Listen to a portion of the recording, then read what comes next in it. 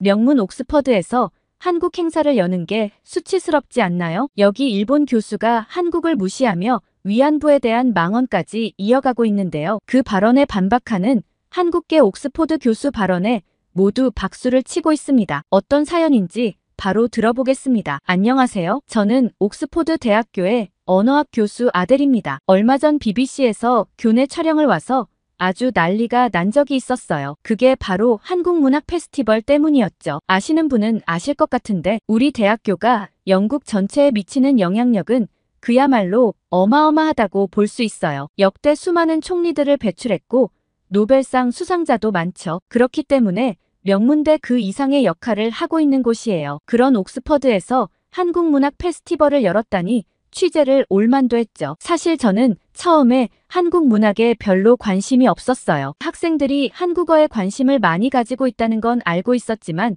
그저 지나가는 유행일 거라 생각했거든요. 그런데 어느 순간 갑자기 한국어를 배우고자 하는 학생들의 수가 기하급수적으로 늘어나더라고요. 저는 도대체 왜 이렇게 한국어에 열광하는지 언어학 교수로서 의아했어요. 그리곤 저희 조교에게 그 이유를 물어보았죠. 제가 한국어에 대한 얘기를 꺼내자마자 조교는 마치 기다렸다는 듯 열정적으로 설명을 시작했습니다. K-팝이나 K-드라마로 처음 유행이 시작되었고 처음엔 소수의 팬층으로부터 시작한 유행이 전 세계적으로 퍼져나갔다고 했습니다. 그 이유는 한국 문화가 보편적인 세계인들의 공감을 이끌어냈다고 했죠. 그리고 한국 사람이 만든 건 이상하게 다 재밌다고 하는 거예요. 대중문화로부터 시작한 한국 열풍은 경제나 공학을 공부하는 친구들에까지 이어져 글로벌 기업에 취업하기 위해서 한국어를 배운다거나 5G 기술이나 반도체, 전기차 배터리 같은 첨단 기술 분야에 대한 연구를 위해서도 한국어는 필수적이라고 했죠. 저는 학생들 사이에 번져가는 한국어 열풍을 보면서 이 문화는 장기적인 트렌드가 될 거라는 생각이 들었어요. 그리고 학생들을 도와주기 위해서라도 학교에서 한국어 관련 프로그램이나 행사가 필요하다는 생각이 들었죠. 학과장님을 비롯해 언어학과 교수님들과 주간 회의를 할 때 이런 제 생각을 말씀드렸고 학과장님께서는 이미 고민을 하고 있다고 하시더라고요. 아시아 언어를 담당하는 교수님께서는 일본어와 중국어에 대한 유행이 시들해서 강사들 일자리도 걱정이라는 얘기까지 하셨죠. 반면 한국어는 우리 학교 말고도 수요가 너무 많아 한국어 강사 구하기가 하늘의 별 따기라고 하셨어요. 그 말을 듣고 학과장님께서는 한국어에 대한 관심이 이렇게 높으니 단순히 한국어 강좌 개설 말고 학생들을 위해 좀 더 재밌는 이벤트를 하면 좋겠다고 말씀하셨죠. 그때 저는 번뜩 문학과 교수님의 도움을 받아 한국 문학을 소개하는 페스티벌을 해보면 어떨까 싶었습니다. 단순히 문학 작품을 소개하는 것이 아니라 선정된 책을 여러 언어로 번역해 학생들이 쉽게 접근할 수 있도록 하면 좋겠다는 생각이 들었어요. 이런 과정을 거치면 한국 문화와 역사에 대한 이해도 높일 수 있다고 생각했죠. 그러자 갑자기 일본인 히로시 교수님이 굳이 한국만 그렇게 특혜를 줄 필요가 있냐고 하셨어요. 할 거면 그냥 아시아 문학 페스티벌로 하는 게 더 의미 있을 것 같다고 했죠. 저는 히로시 교수님의 말씀에 꼼짝도 못했어요. 워낙 연세도 많으시고 권위 있는 분이라 뭐라 말씀을 드려야 할지 몰랐어요. 그러자 학과장님께선 학생들의 수요로 보면 한국어에 대한 수요가 압도적이니 한국 문학을 하는 게 좋다고 딱 잘라 말씀하셨고 히로시 교수님은 언짢으신지 뒤에 출판사와 외부 미팅이 있어 먼저 일어난다고 하셨습니다. 강의장 분위기가 싸해졌지만 학과장님은 학생들을 위한다면 이 방향이 맞다고 생각하신다며 문학과 교수님들께 도서를 추천받고 내부적으로 선정을 한번 해보자고 얘기하시며 회의가 끝났어요. 페스티벌을 위한 책을 고르는 건 정말 어려웠습니다. 문학과 교수님들께서 도움을 주셔서 몇 권을 추려낼 수 있었지만 현대 소설부터 고전 문학까지 다양한 장르의 책들이 후보로 선정되었거든요. 교수님들 사이에서도 때로는 의견 충돌로 회의가 길어지기도 했지만 우여곡절 끝에 최종 후보작 5편을 선정했어요. 그 중에서도 저 멀리 빛나는 별을 향해라는 소설이 가장 유력한 후보였습니다. 이 책은 한국의 근현대사를 배경으로 위안부 문제를 다루고 있었는데 위안부 여성의 일생을 통해 인간의 존엄성과 희망에 대해 이야기하고 있었죠. 한창 회의가 진행되던 와중 히로시 교수님이 갑자기 회의실에 들어와 언성을 높이셨어요. 그 책이 페스티벌 도서로 선정되는 건 결사반대라고 하셨죠. 교수님은 이 책은 역사적 사실을 왜곡하고 있다고 하셨어요. 한국 위안부 문제는 단순한 매춘의 일종이었을 뿐 일본 정부의 강제성은 없었다는 말을 덧붙이셨습니다. 순식간에 회의실은 얼어붙었고 모두가 놀란 표정으로 히로시 교수님을 바라보고 있었어요. 저는 순간 귀를 의심했어요. 어떻게 이런 주장을 할 수 있는 걸까요? 히로시 교수님은 계속해서 말을 이어갔습니다. 연구 결과로도 나왔다며 위안부 문제는 당시의 공창 제도 하에서 이루어진 것이며 강제 연행의 증거도 없다고 하셨어요. 그러시며 이런 편향된 시각의 책을 명문 옥스퍼드에서 학생들에게 소개한다는 건 정말 수치스러운 일이라고 하셨죠. 저는 머릿속이 혼란스러웠어요. 이 책이 후보로 오르면서 어느 정도 일제강점기 시대에 대해 공부를 했었거든요. 제가 찾아봤던 역사적 사실과 너무나 다른 주장이었기 때문에 당황스러웠어요. 하지만 제가 깊이 있게 아는 사실이 아니었기 때문에 뭐라 말할 수도 없었습니다. 히로시 교수님은 자신의 주장을 뒷받침하는 듯한 자료들을 하나씩 꺼내 보였습니다. 이건 당시 위안부 모집 광고인데 여기 높은 수입 보장이라는 말이 적혀 있어요. 위안부 여성들은 강제로 끌려간 게 아니라 자발적으로 돈을 벌러 간 거죠. 그런데 왜 일본이 사과해야 되는지 이해가 가질 않는다며 오히려 한국인들의 행동이 뻔뻔스럽다고 하셨어요. 다른 교수님들이 모두 당황하고 말았습니다. 교수님들마저도 일부는 히로시 교수님 말씀에 동조하는 사람과 반대하는 사람들로 나뉘었고 저는 어떤 선택을 해야 할지 헷갈렸어요. 머릿속이 너무 혼란스러웠거든요. 지금까지 알고 있던 역사적 사실과 히로시 교수님의 주장 사이에서 갈등하고 있었죠. 회의는 흐지부지하게 마무리되었고 회의가 끝나고 연구실로 돌아온 저는 밤늦게까지 관련 자료들을 찾아보았습니다. 히로시 교수님이 제시한 자료들도 다시 검토해보고 다른 역사학자들의 연구 결과도 살펴보았어요. 그러면서 점점 더 혼란스러워졌습니다. 일본 측에서 제시한 자료들에 따르면 정말 히로시 교수님 말씀이 맞는 것 같았거든요. 하지만 동시에 히로시 교수님의 주장에도 뭔가 석연치 않은 점들이 보였습니다. 이 때문에 며칠 동안 잠도 제대로 자지 못하고 고민했습니다. 이 책을 정말 페스티벌 주제로 선정해도 되는 건지 아니면 그냥 후보에서 탈락시키고 다른 작품을 선정해야 할지 깊은 생각에 잠겼어요. 그러던 어느 날 우연히 도서관에서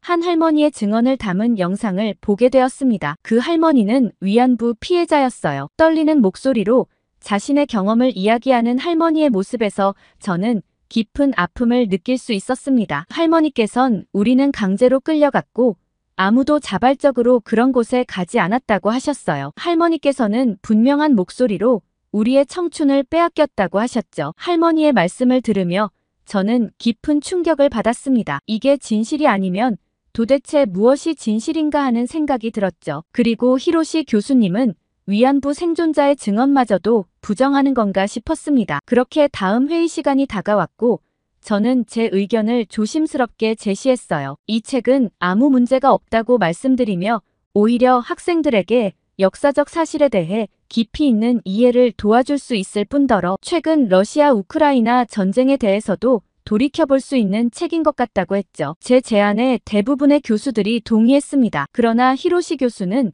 증거자료를 보고도 그런 말을 하나며 대노하셨죠. 그때였어요. 조용히 앉아있던 제이슨 김 교수가 천천히 일어섰습니다. 제이슨 교수님은 저와 또래로 꽤 젊은 편인데 다른 연구로 참석이 어려웠다가 이번 회의부터 참가하기로 한 교수님이었습니다. 평소 말수가 적고 조용한 성격이라 저도 가끔 인사 한두 번 한 게 전부였어요. 주목을 받는 것도 싫어하시던 분이 자리에서 일어나자 모두의 시선이 그에게 쏠렸습니다. 제이슨 교수님은 몇 가지 짚고 넘어가야 할 점이 있다고 얘기하셨어요. 평소의 조용한 모습과는 사뭇 다른 모습에 놀라움을 감출 수 없었습니다. 제이슨 교수님은 먼저 위안부 문제를 단순히 매춘으로 치부하는 것은 역사적 사실을 왜곡하는 것이라며 수많은 증언과 문서들이 이를 뒷받침하고 있다고 하셨어요. 1993년 일본 정부가 발표한 고노 담화를 보면 일본군이 직접 위안소 설치와 관리에 관여했다는 사실을 인정하고 있다고 하시며 단순한 민간 차원의 매춘이 아니었다는 것을 알 수 있다고 하셨어요. 이 말에 바로 히로시 교수님의 표정이 굳어지기 시작했지만 제이슨 교수님은 멈추지 않았습니다. 또한 2015년 12월 한일 외교장관 회담에서 일본 정부는 위안부 문제에 대해 책임을 인정하고 사과와 반성의 마음을 표명했고, 이는 국제사회에서 공식적으로 인정된 역사적 사실이라는 걸 알 수 있는 발언이었다고 했어요. 제이슨 교수님의 논리정연한 설명에 회의실 안의 분위기가 변하기 시작했어요. 근거가 모호한 자료 한두 가지로 설명했던 히로시 교수님과는 차원이 달랐거든요. 그러시며 이 책을 선정해야 되는 이유는 단순히 역사적 사실을 전달하기 위함이 아니라며, 이 책은 인간의 존엄성과 전쟁의 비극 그리고 화해와 용서의 가치를 다루고 있기 때문에 우리 학생들에게 매우 중요한 주제라고 하셨어요. 제이슨 교수님의 말이 끝나자 회의실에는 침묵이 흘렀어요. 저는 제이슨 교수님의 논리적이고 차분한 반박에 감탄을 금치 못했어요. 그리고 모두들 이 책을 한국문학 페스티벌의 주제 도서로 선정하기로 했죠. 회의가 끝나고 모두가 자리를 떠날 때 저는 제이슨 교수에게 다가갔어요. 오늘 정말 대단했다며 평소에는 조용하셔서 몰랐는데 어떻게 이렇게 다 알고 계시냐고 물었어요. 제이슨 교수님은 한국인의 피가 흐르는 사람으로 이 정도의 역사적 지식은 당연한 거라며 겸손한 태도를 보이셨어요. 저는 그 말을 듣는데 제이슨 교수님이 뭔가 다르게 보이더라고요. 좀 더 친해지고 싶다는 생각도 들었어요. 문학 페스티벌 도서를 선정하고 나서 언어학 교수님과 문학 교수님이 팀을 이뤄 번역 작업을 시작했습니다. 저는 제이슨 교수님과 한 팀이 되었었고 내심 기뻤습니다. 그런데 문제가 한 가지 있었어요. 한국어의 미묘한 뉘앙스를 영어로 옮기는 것은 쉽지 않더라고요. 때론 한 문장을 놓고 몇 시간씩 토론하기도 했죠. 정말 신기했던 건 영어로는 노란색을 표현하는 단어가 하나뿐이었지만 한국어에선 노랗다, 샛노랗다, 노르스름하다, 누렇다처럼 표현이 정말 다양하더라고요. 그게 정말 어려웠어요. 그렇지만 제이슨 교수님이 워낙 설명을 잘해주신 덕분에 잘 마무리할 수 있었죠. 그러던 어느 날 저는 좀 당황하고 말았어요. 처음엔 우리 학과 학생들끼리 하려고 했던 한국 문학 페스티벌은 한국 문화에 관심이 많던 다른 학생들의 성원에 힘입어 규모가 점점 커져 학교 축제급으로 커졌고, 한식 푸드트럭 초청에 한국 문화 체험까지 다양한 행사가 마련되었죠. 학생들의 기대는 어마어마했어요. 마침날 축제 당일이 되었고 학생들의 반응은 그야말로 폭발적이었습니다. 모두들 다양한 언어로 번역된 한국 소설을 읽고 토론을 나눴으며 한식 푸드트럭에서 한국 음식을 즐겼어요. 학과장님은 정말 흐뭇해하셨죠. 학생들에게 받은 독후감도 어마어마했어요. 사실 학생들이 가장 기대하는 건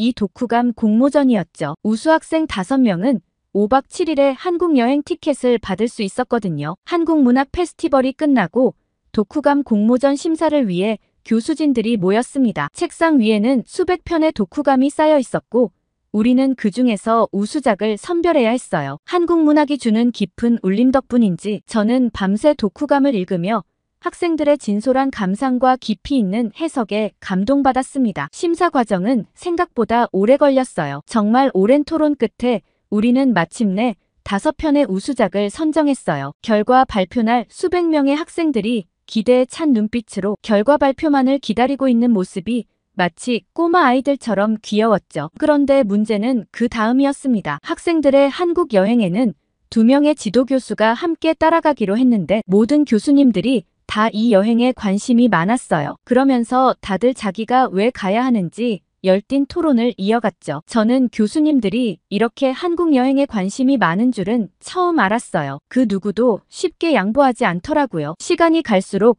서로 자기 할 말만 할 뿐 결정이 되질 않아 특단의 조치를 취했습니다. 바로 뽑기를 하기로 했던 거죠. 교수님들끼리 이런 걸 알면 좀 모양이 빠지는 것 같지만 어쩔 수 없었어요. 그게 가장 공평한 방법이었거든요. 종이에 각 교수님들의 이름을 적어 접은 뒤 상자 안에 넣었습니다. 가장 연장자인 교수님이 뽑기를 진행하기로 했어요. 저는 참가한 교수님들이 워낙 많아 과연 내가 될까 싶어 절반쯤 포기하는 마음이었지만 저도 한번 가보고 싶은 마음에 내심 기대하고 있었어요. 드디어 첫 번째 종이가 펼쳐졌을 때 저는 정말 부러웠어요. 제이슨 교수님이 당첨되었거든요. 한국에 자주 가시는 분이라 무덤덤하신 것 같더라고요. 차라리 저 종이에 내 이름이 적혀 있었다면 진짜 기뻐했을 텐데 싶었죠. 곧이어 두 번째 종이가 펼쳐졌고 거기에는 제 이름이 써져 있었어요. 저는 믿기지 않았습니다. 한국 여행을 같이 갈 수 있다니 너무 좋더라고요. 어쩌면 교수 되고 가장 행복했던 순간이 아니었을까 싶을 정도였어요. 다른 교수님들은 정말 부럽다며 잘 다녀오라고 축하의 말을 건넸습니다. 회의가 끝나고 제이슨 교수님과 저는 남아서 여행 계획을 논의했어요. 우리는 학생들에게 최고의 경험을 선사하기 위해 다양한 아이디어를 나누었습니다. 다음날 선발된 학생들을 불러 여행 계획을 공유하며 학생들 의견도 반영된다며 일정을 논의했어요. 그리고 얼마 후 한국으로 향했고 한국행 비행기에서 내려 첫 발을 디딘 순간부터 모든 것이 새롭게 느껴졌습니다. 인천공항의 세련된 모습에 감탄하며 우리는 곧바로 템플스테이를 위해 산속 깊은 곳에 자리 잡은 사찰로 향했어요. 도심을 벗어나 산으로 들어가는 길 제 마음속에는 기대와 긴장이 교차했습니다. 사찰에 도착하자 웅장한 대웅전과 아름다운 단청이 우리를 맞이했어요. 그 순간 저는 마치 시간 여행을 한 것 같은 느낌이 들었습니다. 현대적인 도시에서 불과 몇 시간 만에 수백 년의 역사를 품은 공간으로 들어온 거죠. 스님의 안내로 일정이 시작되었고 첫 번째로 108배를 하게 되었어요. 학생들은 약간 당황한 눈치였어요. 처음에는 단순히 절을 반복하는 것에 불과하다고 생각하며 힘들어했지만 시간이 지날수록 몸과 마음이 하나가 되는 듯한 묘한 경험을 하게 되었습니다. 학생들은 땀이 비 오듯 흘렀지만 신기하게 마음이 점점 더 평온해진다며 너무 좋은 경험이었다고 했어요. 다들 저마다의 소원을 빌며 108배를 했죠. 그리고 저녁 시간엔 차 명상 시간이 있었습니다. 스님께서 차를 우리는 방법부터 마시는 방법까지 하나하나 설명해 주셨어요. 그러던 중 갑자기 제 찻잔이 넘어지고 말았고 순간 제이슨 교수님이 괜찮냐며 불이 나게 달려왔어요. 그리고는 제 손을 잡으며 데인 곳은 없냐며 걱정하는데 학생들의 묘한 시선이 느껴졌습니다. 저는 제이슨 교수님의 손을 뿌리치며 괜찮다고 얘기하고는 화장실을 다녀온다고 하곤 자리를 떴어요. 얼굴이 화끈거렸죠. 학생들에게 마치 부끄러운 장면을 들킨 것만 같았거든요. 붉어진 얼굴을 식히고 자리로 돌아왔고 당황한 저와 달리 스님은 미소를 지으며 하시던 말씀을 이어가셨어요. 우리 인생에는 이런저런 실수를 하게 되고 그 과정에서 다양한 인연을 만나기도 한다고 하셨죠. 그리고 우리에게 이어지는 모든 인연은 소중하다고 하셨습니다. 저는 그 말씀에 깊은 생각에 잠겼어요. 제가 지금 제 주변에 소중한 인연을 놓치고 있는 건 아닐까 돌이켜봤죠. 밤이 깊어갈 무렵 내일 아침 일찍 일어나야 했기에 8시에 모든 일정이 마무리되고 각자 방으로 돌아갔어요. 저는 잠이 오지 않아 사찰 마당을 걷고 있었죠. 그때 스님과 대화를 나누는 제이슨 교수님을 발견했어요. 의도치 않았지만 워낙 조용한 산속이라 두 사람의 대화가 간간히 들렸습니다. 제이슨 교수님은 한국계 미국인으로서의 정체성에 대한 고민을 털어놓았습니다. 그 말을 듣고 보니 그럴 수도 있겠다는 생각이 들었죠. 어렸을 땐 혼혈이라는 이유로 놀림을 많이 받았다는 얘기에 괜히 마음이 가더라고요. 그리고 그에게 좀 더 잘해주고 싶은 생각이 들었어요. 다음 날 새벽 목탁 소리에 잠에서 깼습니다. 어둠 속에서 예불을 드리는 동안 묘한 평화로움이 몸을 감쌌어요. 예불이 끝나고 동이틀 무렵 함께 온 학생 제이미와 사찰 뒤편 산책로를 거닐었습니다. 제이미는 솔직히 절에 온다길래 인터넷에서 찾아보고 굉장히 실망했다는 말을 털어놓았어요. 그런데 도심 속 이렇게 고요한 공간에서 하루를 보내보는 게 정말 소중한 경험이 된 것 같다고 했죠. 그러면서 한국은 정말 놀라운 나라인 것 같다고 했어요. 이때까지 K-팝과 드라마를 보고 느낀 한국은 그야말로 화려한 나라였는데 그 나라의 한편에는 이런 문화가 있다는 게 신기하다고 했죠. 그러면서 한국 사람들은 오히려 유행을 쫓는 게 아니라 가슴 깊은 곳에서 나오는 문화의 저력이 있는 거 아닐까 하는 생각을 하게 되었다고 하더라고요. 그러면서 한국에서 한번 일을 해보는 것도 좋은 경험이 될 것 같다고 했죠. 저는 한국의 세계적인 위상을 생각하면 충분히 그럴 가치가 있다고 영국에서만 머물지 말고 한국에 와서 부딪혀보는 것도 좋을 것 같다고 조언했죠. 학생들도 의미 있는 시간을 보냈던 것 같아 뿌듯했어요. 그렇게 저희는 템플스테이를 마치고 나왔고 다음은 학생들이 정한 관광지였어요. 정말 의외의 장소라 좀 황당했습니다. 학생들이 제안한 장소는 야구장이었거든요. 영국은 야구가 별로 유행하지 않고 아이들이 관심도 없을 텐데 왜 굳이 야구장에 오자고 한 건가 싶었죠. 하지만 그날 경험한 것은 제 예상을 완전히 뒤엎었어요. 야구장에 도착하자마자 놀라움의 연속이었습니다. 경기 시작 전부터 관중석은 이미 열기로 가득했어요. 사람들은 응원 도구를 준비하고 치어리더들의 공연에 맞춰 흥겹게 춤을 추고 있었죠. 영국에서는 볼 수 없는 광경이었어요. 경기가 시작되자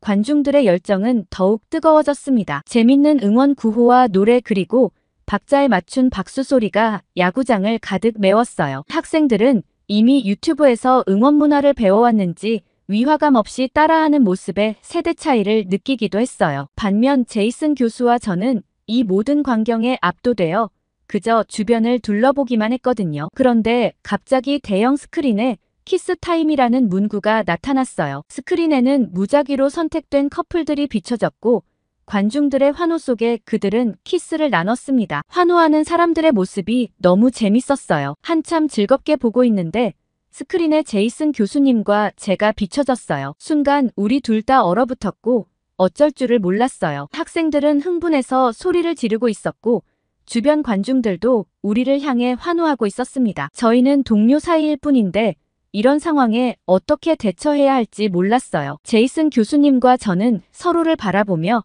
어색하게 웃음 지었죠. 그 순간 저는 제이슨 교수의 눈에서 당혹감과 함께 뭔가 다른 감정을 읽은 것 같았어요. 다행히 카메라는 곧 다른 커플로 넘어갔습니다. 하지만 그 짧은 순간이 우리 사이에 미묘한 긴장감을 남겼어요. 학생들은 계속해서 우리를 놀렸죠. 이 사건 이후로 제이슨 교수와 저는 서로를 대하는 태도가 조금씩 달라졌어요. 뭔가 말로 표현하기 어려운 분위기가 우리 사이에 생겼달까요? 그래도 우리는 곧 다시 경기에 집중했습니다. 한국 야구의 독특한 문화는 계속해서 우리를 놀라게 했어요. 중간중간 치어리더들의 공연과 다양한 응원 도구 그리고 관중들이 함께 즐기는 치맥 문화까지 모든 것이 신선하고 흥미로웠습니다. 특히 인상 깊었던 건 패배하는 팀을 향한 관중들의 태도였어요. 점수 차이가 벌어져도 끝까지 열정적으로 응원하는 모습이 감동적이었죠. 다른 나라에서는 보기 힘든 광경이었어요. 경기가 끝나고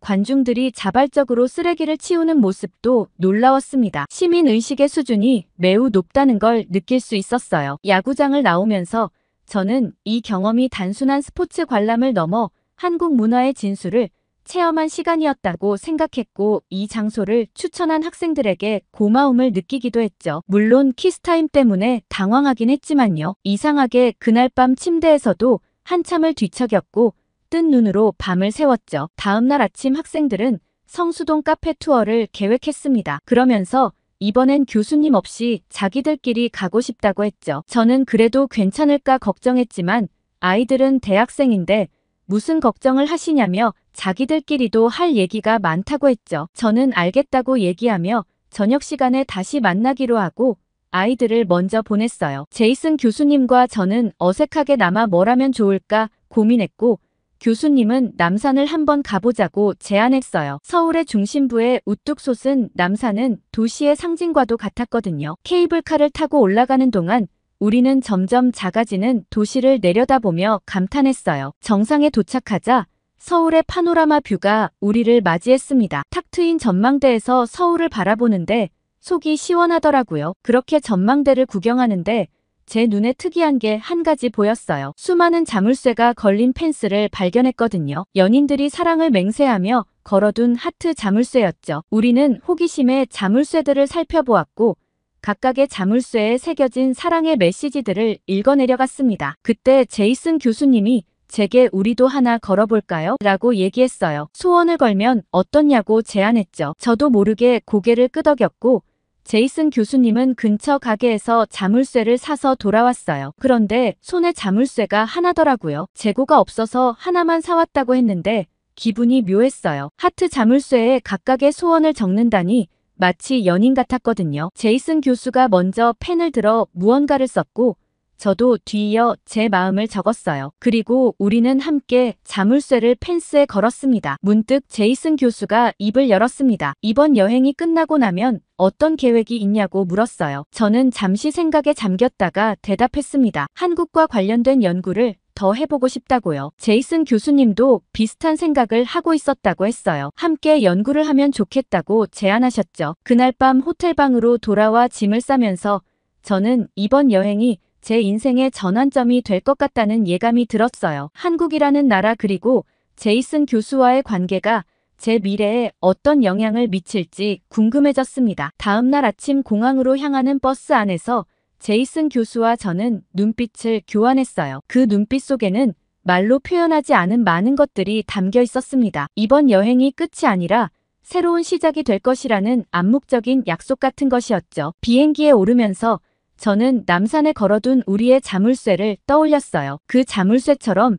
한국에서의 추억과 서로에 대한 마음이 오랫동안 간직되기를 바랐습니다. 그리고 언젠가 다시 이곳에 돌아와 그 자물쇠를 찾아볼 수 있기를 소망했어요. 비행기가 이륙하면서 저는 창밖으로 멀어지는 서울의 풍경을 바라보았습니다. 이번 여행은 끝났지만 우리의 새로운 여정은 이제 막 시작되었다는 생각이 들었어요. 한국에서의 경험 그리고 제이슨 교수와의 관계가 앞으로 어떻게 발전해 나갈지 너무 설레네요. 오늘 아들씨의 사연 어떻게 들으셨나요? 영국 유명 대학에서 한국 문학 페스티벌이 열렸다니 정말 믿기지 않았어요. 한국어와 한국 문화의 위상이 정말 대단하다는 생각이 들었습니다. 그리고 이 둘의 인연이 어떻게 이어질지도 정말 궁금하네요. 구독자님들은 어떻게 들으셨는지 댓글 많이 남겨주세요. 구독과 좋아요 꾹 눌러주시고 다음에 더 좋은 사연으로 돌아오겠습니다. 사연 제작소 감동필름이었습니다.